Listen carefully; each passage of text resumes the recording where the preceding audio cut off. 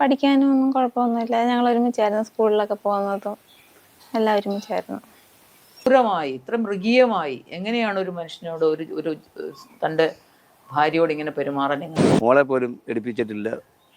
അതിൻ്റെ പാല് പോലും ആ കുഞ്ഞിന് കൊടുക്കാൻ സമ്മതിച്ചില്ല. അതിനകത്ത് ബന്ധിച്ചിട്ട് ആ കൂട്ടി താക്കോലുമായിട്ട് അവർ പോയത്. നമുക്കറിയത്തില്ലായിരുന്നു ഇവർക്ക് മന്ത്രവാദമൊക്കെ ഉണ്ടെന്നുള്ളത്. ചെറുക്കൻ കൊള്ള, 2 നില വീടുണ്ട്, കാറുണ്ട്, സ്വന്തം ബിസിനസ്സും ഉണ്ട്.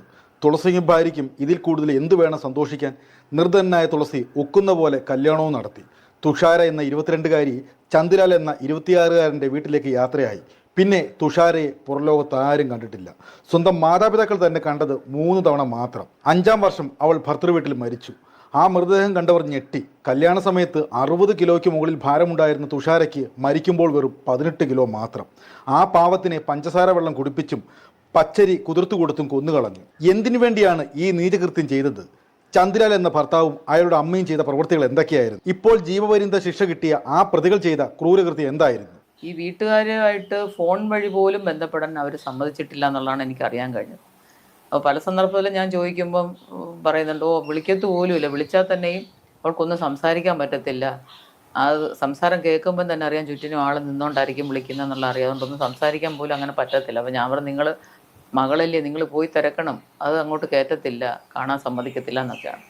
അങ്ങനെ ഇരിക്കുമ്പോഴാണ് ഒരു ദിവസം ഇങ്ങനെ പെൺകുട്ടി മരിച്ചു എന്നുള്ള വാർത്ത വന്നു. വാർത്ത വരുന്ന സമയത്ത് ഞാൻ എവിടെയോ ആയിരുന്നു. പിന്നെ പിറ്റേന്ന് രാവിലെ തന്നെ ഞാൻ ഹോസ്പിറ്റലിൽ പോയി. യഥാർത്ഥത്തിൽ ഇത്രയും ഇപ്പം 5-6 വർഷമായി കേസ് നടന്നു കഴിഞ്ഞെങ്കിലും ആ തുഷാരയുടെ രൂപം എൻ്റെ കൺമുമ്പിൽ ഇങ്ങനെ കിടക്കുകയാണ്. ആ മേശപ്പുറത്ത് കിടത്തിയിരിക്കും തുഷാരയുടെ രൂപം, ഞാനത് കാണുകയാണ്. നമ്മൾ എങ്ങനെയാണോ ഒരു സ്കെൽറ്റൻ കാണുന്നത്, ആ സ്കെൽറ്റൻ്റെ പുറത്ത് ഇങ്ങനെ തൊലി ഉണ്ടെന്ന് മാത്രമുള്ള ഒരു രീതിയുള്ളൂ. വളരെ എനിക്കത് വിശദീകരിക്കാൻ പറ്റുന്നില്ല. അത്ര ഒരു അവസ്ഥ, മനുഷ്യ ജീവിയാണോ എന്ന് പോലും തോന്നാൻ പറ്റാത്ത തരത്തിലുള്ള ഒരു രൂപം എനിക്ക് ആ കുട്ടിയിൽ അന്ന് കാണാൻ കഴിഞ്ഞത്. ആ ഒരു കുറേ ദിവസത്തേക്ക് എൻ്റെ മനസ്സിൽ ആ കുട്ടിയുടെ ആ രൂപം തന്നെയായിരുന്നു. പിന്നെ തിരക്കുമ്പം ഞാൻ അന്വേഷണം നടത്തുന്ന സമയത്ത് പറഞ്ഞ 21 കിലോ 20-21 കിലോ തൂക്കം മാത്രമേ ആ കുട്ടിയുടെ ആ ബോഡിക്കുള്ളൂ എന്ന് പറയുമ്പം എത്രമാത്രം ഭയാനകമായ രീതിയിൽ ആ കുട്ടിക്ക് ഭക്ഷണം കൊടുക്കാതെ ഒരു കുടുംബത്തൊരു പെൺകുട്ടി കഴിയുന്നു എന്ന് പറയുന്ന അവസ്ഥ ഒന്ന് ആലോചിച്ച് നോക്കാം. താലി കെട്ടിയ പുരുഷൻ, 2 കുഞ്ഞുങ്ങളുടെ അച്ഛൻ സ്വന്തം ഭാര്യയ്ക്ക് ഭക്ഷണം കൊടുക്കാൻ സമ്മതിക്കുന്നില്ല. അപ്പോൾ ഈ വിഷയം അറിഞ്ഞു കഴിഞ്ഞാൽ ഞാൻ അവിടെ അടുത്ത പ്രദേശമൊക്കെ തിരക്കിയപ്പോൾ ആ വീടുമായിട്ട് ആർക്കും വലിയ സഹകരണം ഇല്ല എന്നുള്ള കാര്യത്തിലാണ് പറയുന്നത്. എന്തൊക്കെയോ കർമ്മങ്ങളും പിന്നെ പൂജകളും ഒക്കെ അവിടെ നടക്കുന്നതായിട്ടൊക്കെയാണ് അന്ന് പരിസരവാസികളൊക്കെ പറഞ്ഞിട്ടുള്ളത്. എന്തായാലും മനുഷ്യജന്മത്തിൽ ഒരാളിന് പോലും ഇങ്ങനൊരു തരത്തിൽ ഭക്ഷണം കൊടുക്കാതെ തൻ്റെയോടൊപ്പം ഉള്ളൊരു സ്ത്രീയെ ഇങ്ങനെ പ്രത്യേകം കിടത്തുക, ഭക്ഷണം കൊടുക്കാതിരിക്കുക. അപ്പം അന്വേഷണ റിപ്പോർട്ടൊക്കെ വന്നപ്പോൾ നമ്മൾ ഞെട്ടിപ്പോവുക ചെയ്യുന്നത്. ആമാശയത്തിൽ ഭക്ഷണത്തിന് ഒരു അംശം പോലും ഇല്ല എന്നുള്ള വിവരമൊക്കെ വരികയാണ്. ഈ ഇത്തരത്തിൽ എനിക്ക് തോന്നുന്നു ഈ അടുത്ത കാലത്ത് എങ്ങും ഒരു കേസോ എവിടെയെങ്കിലും ഒരു കേസ് റിപ്പോർട്ട് ചെയ്തിട്ടുള്ളത് നമുക്ക് അറിയാൻ കഴിയുന്നില്ല. അത്ര ഭയാനകമായ ഭീകരമായ രീതിയിലാണ് ആ കേസുമായി ബന്ധപ്പെട്ട കാര്യങ്ങൾ, ആ കുട്ടിയുടെ അവസ്ഥ നമ്മൾ മനസ്സിലാക്കുന്നത്. എന്തായാലും അതെല്ലാം കഴിഞ്ഞു. അപ്പോൾ തന്നെ നമ്മളെല്ലാം ഇടപെട്ട് കുട്ടികളെ ഇങ്ങ് കൊണ്ടുവരുന്നു.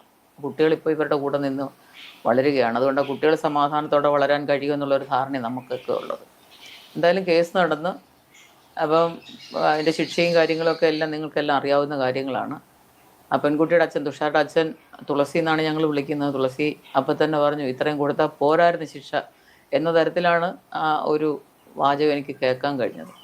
എന്തായാലും വളരെ വളരെ നമുക്കൊന്നും മനുഷ്യന് ചിന്തിക്കാൻ കഴിയാത്ത തരത്തിലുള്ള ഭീകരമായൊരവസ്ഥ നേരിട്ടാണ് ആ പെൺകുട്ടി ജീവിതം ആ പെൺകുട്ടിയുടെ തീർന്നത്.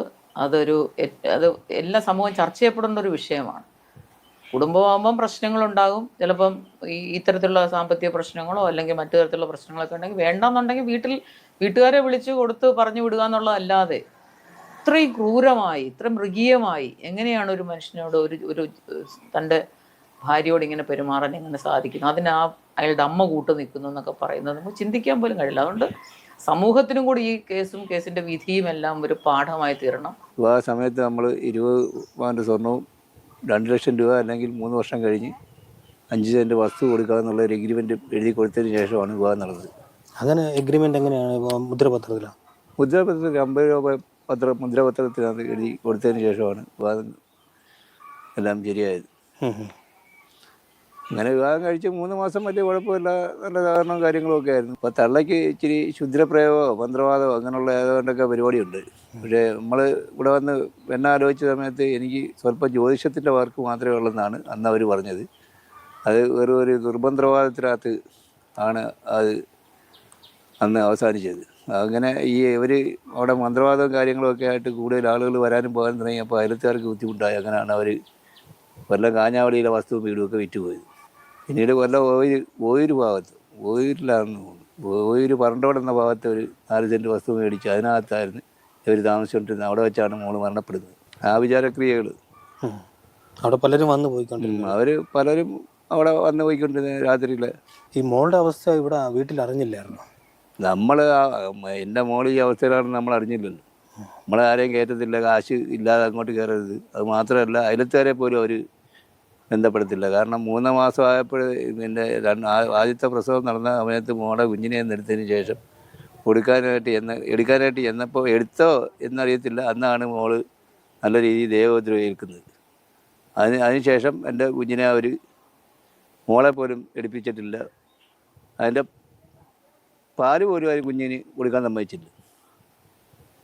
ആ രീതിയിൽ അവർ കഷ്ടപ്പെടുത്തിയത് എൻ്റെ മോളായിട്ട്. ഇതൊന്നും നമ്മളിവിടെ അറിയുന്നതില്ല, കാര്യമൊന്നുമില്ല. കാരണം എല്ലാം എൻ്റെ മോള് നല്ല സുഖമായിട്ട് ജീവിക്കുന്നു എന്നുള്ള രീതിയിലാണ് ഞങ്ങളിവിടെ. മൊബൈലിലൊക്കെ വിളിക്കാനൊന്നുമില്ലായിരുന്നു, ഫോണിൽ വിളിക്കാൻ. ഫോൺ വിളിക്കുന്ന സമയത്ത് സ്ത്രീധനം ആവശ്യപ്പെട്ടിട്ടുള്ള വിളിയല്ലാതെ വേറെ ഒരു. മോളുമായിട്ട് സംസാരിക്കാറില്ല അപ്പോഴും. മോളുമായിട്ട് സംസാരിക്കും. മോളെ ഇപ്പോൾ അച്ഛനെ വിളിച്ചാലും അമ്മയെ വിളിച്ചാലും ആരെ വിളിച്ചാലും സ്ത്രീധനപ്പണം മാത്രം ആവശ്യപ്പെട്ടിട്ടുള്ള വിളിയാണ്. അല്ലാതെ അവിടെ ഇവിടെ പരമാവധി സുഖമാണ്, നിങ്ങളാരും ഇങ്ങോട്ട് വരാതിരുന്നാൽ മതി, എനിക്ക് വേറെ വിഷയമൊന്നും ഇല്ലെന്ന് ഇങ്ങനെയൊക്കെയാണ് മോള് അന്ന് സംസാരിക്കുന്നത്. നമ്മൾ ചെന്ന് കഴിഞ്ഞാൽ അവൾക്ക് ദേഹോദ്രവം ഉണ്ടാവുമോ അല്ലെങ്കിൽ അങ്ങനെയുള്ള എന്തെങ്കിലും എൻ്റെ കുഞ്ഞിന് സംഭവിക്കുമോ എന്നുള്ള രീതിയിൽ പേടിച്ചിട്ടാണ് ഞങ്ങൾ അങ്ങോട്ട് പോകാതിരുന്നത്. ഇങ്ങനെ ഒരു സംഭവം നടന്നത് ഭക്ഷണം പോലും കൊടുക്കാതെ, പിന്നെ എന്താണ് പഞ്ചസാരയൊക്കെ കഴിപ്പിച്ച് അങ്ങനെ എന്തൊക്കെ കേട്ടിരുന്നല്ലോ. അങ്ങനെയാണ് സംഭവം നടന്നതെന്ന് ഞാനെല്ലാം മരണശേഷമാണ് അറിയുന്നത്. പഞ്ചസാരലായനി കലക്കി കൊടുത്തും പച്ചില പറിച്ചു കൊടുത്തും ഒക്കെ പച്ചരി ഒക്കെ ഇട്ട് കൂത്തു കൊടുത്തും ഒക്കെ ആ കുഞ്ഞിനെ ഒരു രണ്ടാമത്തെ ഡെലിവറി കഴിഞ്ഞ കുറേ തന്നെ കുഞ്ഞിനെ കൊണ്ടുവന്ന് ഒരു ടിൻ ഷീറ്റ് പോലുള്ള ഒരു തകര ഷെഡ് ഉണ്ടാക്കിയിട്ട് അതിനകത്ത് 6 അടി കഷ്ടിച്ച് കിടക്കുന്ന ഒരു കട്ടിൽ, അത് മാത്രം അത് പഴയ വിലയൊക്കെ അങ്ങ് ഒളിച്ചിട്ട് അതിൻ്റെ ഫ്രണ്ടിൽ അവരുടെ മോള് താമസിക്കുക. അങ്ങോട്ട് അവർ താമസം മാറിക്കൊണ്ട് എൻ്റെ മോളെ മാത്രം അതിനകത്തിട്ട് പിന്നെ അതിനകത്ത് ബന്ധിച്ചിട്ട് ആ കൂട്ടി താക്കോലുമായിട്ട് അവർ പോയത്. അവിടെ ആരും താമസമില്ലായിരുന്നു. പഴയ വിലകളെല്ലാം പൊളിച്ച് അയലത്തുകാർ വരെ പേടിയായിരുന്നു. അയലത്തുകാരെ പേടിച്ച് അവരെ ഇതുപോലുള്ള കാര്യങ്ങൾ ചെയ്ത് എന്തെങ്കിലുമൊക്കെ പിന്നെ മന്ത്രവാദം നടത്തി അവരുടെ ആണുങ്ങളെ തളർത്തി കിടത്തുമെന്നുള്ള പേടിച്ച് അവരും പാവപ്പെട്ട ആൾക്കാർ അവിടെ താമസിച്ചുകൊണ്ടിരുന്ന അയൽക്കാർ. അപ്പോൾ അവരെ അങ്ങനെ ഭീഷണിപ്പെടുത്തിയിട്ടിരുന്നത്. അതുകൊണ്ട് ആരോ ഒരാൾ എൻ്റെ മോക്ക് ദേവോദ്രം വന്ന് വിളിച്ചു പോകുന്ന കേട്ടോണ്ട് ആരാണ്ട് വേലിയുടെ മേലിൽ കൂടെ എത്തി നോക്കിയതിന് ടിൻ ഷീറ്റിൻ്റെ ഉണ്ട് തന്നെ പേലിക്ക് പൊക്കം കൂട്ടും. ഇങ്ങോട്ട് അടുപ്പിക്കത്തില്ല. അഥവാ ആരെങ്കിലും അവരുടെ ശ്രദ്ധയിൽപ്പെട്ട് കഴിഞ്ഞാൽ അവരെ ചെന്ന് ഭീഷണിപ്പെടുത്തുകയും പിന്നെ വഴക്കുവരം ചെയ്യുന്ന ജോലിയായിരുന്നു ചന്തുവിനുള്ളത്. അടുത്തുള്ള നാട്ടുകാർക്കൊക്കെ അറിയാമായിരുന്നു അല്ലേ ഇങ്ങനെ? നാട്ടുകാർക്ക് കംപ്ലീറ്റ് അറിയായിരുന്നു. കാരണം അവരെ ഇത് പുറത്തോട്ട് പറഞ്ഞു കഴിഞ്ഞാൽ അവരെ ഭീഷണിപ്പെടുത്തിയിട്ടിരുന്ന ഭർത്താക്കന്മാരെ തളർത്തി കിടത്തുമെന്നുള്ള രീതിയിൽ ഉള്ള ആവിചാരക്രിയകൾ ചെയ്ത് തളർത്തി കിടത്തും എന്നുള്ള രീതിയിൽ അവർ പേടിച്ച് ഒന്നും പുറത്തോട്ട് പറഞ്ഞിട്ടില്ല. എന്തായാലും ആ വിധിയിൽ സംതൃപ്തനാണ്. വിധി എൻ്റെ അഭിപ്രായം അനുസരിച്ച് അവർക്ക് അത് വന്നാൽ ആ വിധി കിട്ടിയാൽ പോരാ. തുഷാരയുടെ അമ്മയല്ലേ? അതെ. അമ്മ പറയൂ, തുഷാർ കോണ്ടാക്ട് ചെയ്യുകയും ചെയ്തിരുന്നില്ലേ കല്യാണത്തിന് ശേഷം? കഴിഞ്ഞ 3 മാസം വരെ വലിയ കുഴപ്പമില്ലായിരുന്നു. പിന്നെ അവർ ആ സ്ത്രീധനം ചോദിച്ചും കൊണ്ടുള്ള വിളിയാണ്. നമ്മൾ അങ്ങോട്ട് ചെല്ലുന്നതൊന്നും അവർക്ക് ഇഷ്ടമല്ല. പിന്നെ എപ്പോഴും മിക്കവാറും ഫോൺ വിളിക്കുമ്പോഴെല്ലാം നമ്മളെ മോക്ക് സുഖമാണെന്ന് പോലും ചോദിക്കാൻ അവർ അന്വേഷിക്കാറില്ല. അമ്മ എനിക്ക് സ്ത്രീധനം കൊണ്ടുവരണം, എനിക്കിവിടെ യാതൊരു കുഴപ്പമില്ല എന്നൊക്കെയാണ് പറയുന്നത്. നമ്മളെന്ന് വിചാരിച്ച് നമ്മളിനി ചെന്നാൽ ഒരു പ്രശ്നം ഉണ്ടാക്കണ്ടല്ലോ എന്ന് കരുതി നമ്മൾ അങ്ങോട്ട് പോകാതിരുന്നത്. നമ്മളറിഞ്ഞില്ല നമ്മുടെ കുഞ്ഞിനെ ഇങ്ങനെ ചെയ്യുമെന്നുള്ളത്. സ്ത്രീധനത്തിൻ്റെ കാര്യമല്ലാതെ വേറെ എന്തിനെങ്കിലും ഇല്ല, സ്ത്രീധനം ചോദിപ്പോൾ മാത്രമേ ഉള്ളൂ. അയാൾക്ക് മറ്റുള്ള കാര്യങ്ങളൊന്നും ചോദിക്കത്തില്ല. മോളോടൊന്നും സംസാരിക്കാനും അനുവദിക്കാറില്ല. ഈ 3 മാസം വരെ പോയിരുന്നപ്പം ഒന്നും അറിഞ്ഞില്ലായിരുന്നു. ഇല്ല, അന്നേരം നമ്മൾ ചെല്ലുമ്പോൾ അവിടെ ജ്യോത്സ്യത്തിന് ആൾ വന്ന് ഇരിക്കുന്നതൊക്കെ കണ്ടിട്ടുണ്ട്. പക്ഷെ നമുക്കറിയത്തില്ലായിരുന്നു ഇവർക്ക് മന്ത്രവാദമൊക്കെ ഉണ്ടെന്നുള്ളത്. ഇതിപ്പം മനഃപൂർവ്വം ചെയ്തതായിരിക്കും അല്ലേ മോളെ? തീർച്ചയായിട്ടും അയാൾ മനഃപൂർവ്വം തന്നെ എഴുതിയ. രണ്ടാമത്തെ പ്രസവത്തിന് എൻ്റെ മോളെ ഹോസ്പിറ്റലിൽ കാണാൻ പോയത് ഞാനും എൻ്റെ സഹോദരൻ്റെ ഭാര്യയും കൂടിയായിരുന്നു. അങ്ങനെ ഞങ്ങൾ അവിടെ ചെന്ന് മോളെ വീട്ടിലോട്ട് കൊണ്ടുപോയിക്കോട്ടെ എന്ന് ചോദിച്ചപ്പോൾ അയാൾ വായി തുറന്ന് അസഹ്യങ്ങളെല്ലാം പറഞ്ഞു ഞങ്ങളെ. അത് കഴിഞ്ഞ് ഞങ്ങൾ തിരിച്ച് നീണ്ടകര ആയില്ല. അതിനു മുമ്പ് ഞങ്ങളുടെ ഭാര്യയുടെ പേരിൽ എൻ്റെ പ്രസവിച്ച് കിടന്ന മോളെ വിളിച്ചുകൊണ്ടുപോയി പോലീസ് സ്റ്റേഷനിൽ പരാതി കൊടുത്ത്. അതിനുശേഷം ആണ് ഞങ്ങൾ കൂടുതലും ഒരു സഹകരണം വലുതായിട്ടില്ലാതെ പോയത്. ഇപ്പോൾ വന്ന വിധിയെക്കുറിച്ച് എന്താണ് അമ്മയുടെ അഭിപ്രായം? വിധിയിൽ സന്തോഷമുണ്ട് എങ്കിൽ തന്നെ അവർക്കത് പോരാ എന്നുള്ള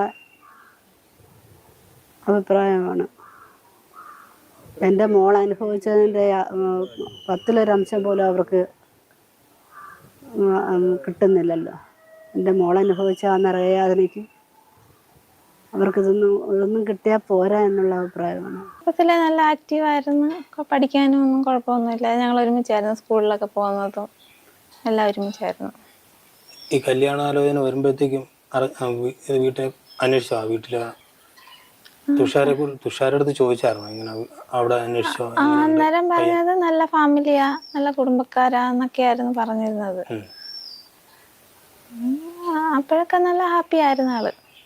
കല്യാണത്തിന് ശേഷം കൂട്ടുകാരി സംസാരിക്കാന്നില്ല? ഇല്ല വിളിക്കത്തൊന്നുമില്ലായിരുന്നു. കല്യാണത്തിന് ശേഷം ഇവിടെ ഒരു പ്രാവശ്യം വന്നേ ഞങ്ങൾ കണ്ടിട്ടുള്ളു. പിന്നെ ആളങ്ങനെ വന്നിട്ടും ഇല്ല, കോണ്ടാക്റ്റും ഒന്നുമില്ലായിരുന്നു. അവിടുത്തെ കാര്യങ്ങൾ എന്തെങ്കിലും പറഞ്ഞായിരുന്നു? അവിടുത്തെ കാര്യങ്ങളൊന്നും പറയാൻ വരുന്നില്ലല്ലോ ഇവിടെ. അങ്ങനെ ഒരു പ്രാവശ്യം വന്നിട്ട് പോയതേ ഉള്ളൂ. പിന്നെ നമ്മളെ വിളിക്കത്തും ഇല്ല. അപ്പൊ പിന്നെ നമുക്ക് അവിടുത്തെ കാര്യങ്ങളൊന്നും അറിയാനുള്ള വഴിയില്ലല്ലോ.